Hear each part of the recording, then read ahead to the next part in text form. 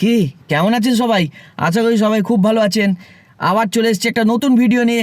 আর আজকের ভিডিওয়ে আমি একটা কিন্তু খুব গুরুত্বপূর্ণ বিষয় আপনাদের দেখিয়ে দেবো, যেটা আপনারা ফলো করলেও কিন্তু গাড়ি দীর্ঘদিন আপনাদের ভালোভাবে আপনি রাখতে পারবেন। এটা কিন্তু অনেকেই জানেন না, বা জানলেও অনেকে কিন্তু এটাকে অ্যাভয়েড করে চলে যান, কিন্তু আপনারা জানেন না এটা কিন্তু আপনি গাড়ি ভীষণভাবে ক্ষতি করছেন।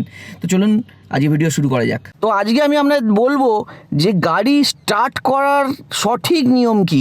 দেখুন, আমার গাড়িতে হচ্ছে পুশ স্টার্ট সিস্টেম আছে, দেখতেই পাচ্ছেন স্টার্ট স্টপ বাটন। তো অনেকের গাড়িতেই থাকে, এটা হয়তো থাকে না, তো সেক্ষেত্রে চাবি দেওয়া সিস্টেম থাকে, কিন্তু বেসিক কনসেপ্টটা দুটো ক্ষেত্রেই সেম।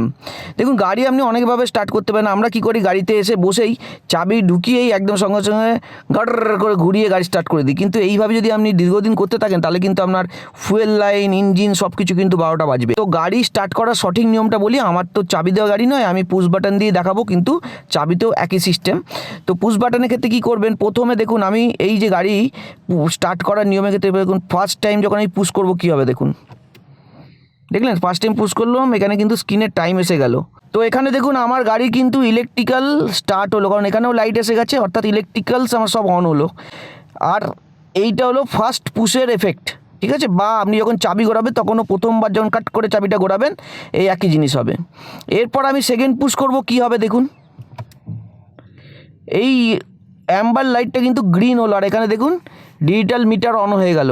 আর আপনারা খেয়াল করেছেন কি জানি না, ক্যামেরা কতটুকু এসছে, একটা কাট করে আওয়াজ হলো।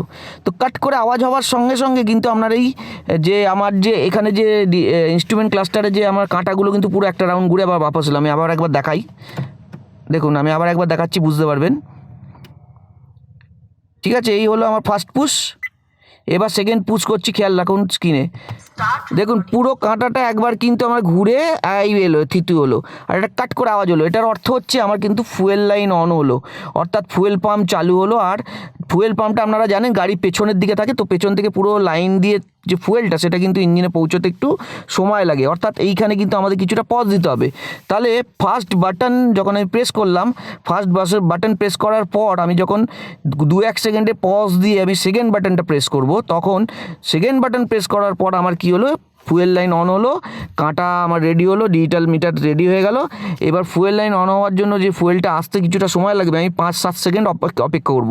করার পর আমি কিন্তু এবার আমি ক্লাচ প্রেস করে থার্ড টাইম পুশ করব। ক্লাচ প্রেস করে দিচ্ছি, থার্ড টাইম পুশ করলে আমার গাড়ি স্টার্ট হয়ে যাবে।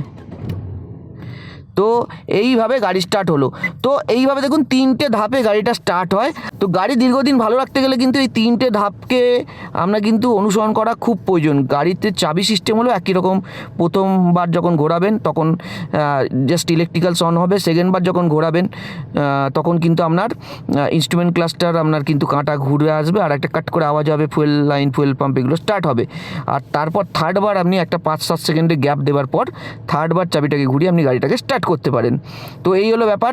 এছাড়াও এই গাড়ি কিন্তু আরও আপ করে দেখাচ্ছি আপনাকে, আরও কিন্তু অন্যভাবেও স্টার্ট করা যায়। অন্যভাবে মানে কীরকম স্টার্ট, এই দেখুন আমি একবারই স্টার্ট করতে পারি।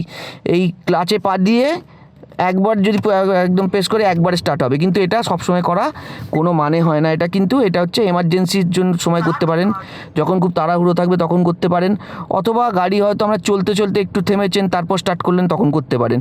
কিন্তু গাড়ি যখন অনেকক্ষণ থামার পর, অনেকক্ষণ বন্ধ থাকার পর যখন চালাবেন, তখন কিন্তু এইভাবে 3টে ধাপেই আপনার স্টার্ট করতে হবে গাড়ি, সেটা আপনার চাবি সিস্টেম হোক বা পুশ বাটন সিস্টেম হোক। তো এটাই হলো গাড়ি ভালো রাখার কিন্তু এক ধরনের, এটা বলতে পারেন একটা ওষুধ। এবং গাড়ির কিন্তু ফুয়েল সিস্টেমও আপনার ভালো থাকবে, নাহলে কিন্তু ইঞ্জিনেও সমস্যা আসবে, ফুয়েল সিস্টেমেও আপনার কিন্তু দীর্ঘদিনে সমস্যা আসতে পারে। তো আশা করি ভিডিওটা আপনার ভালো লাগলো, ভিডিও থেকে নতুন কিছু জানতে পারলেন। যদি ভিডিওটা ভালো লাগে লাইক দিয়ে দেবেন, আর চ্যানেল নতুন হলে অবশ্যই সাবস্ক্রাইব করে যাবেন। আবার দেখা হবে সিভিক সেন্সের আগামী একটা এপিসোডে। সঙ্গে থাকুন, ভালো থাকুন, ধন্যবাদ।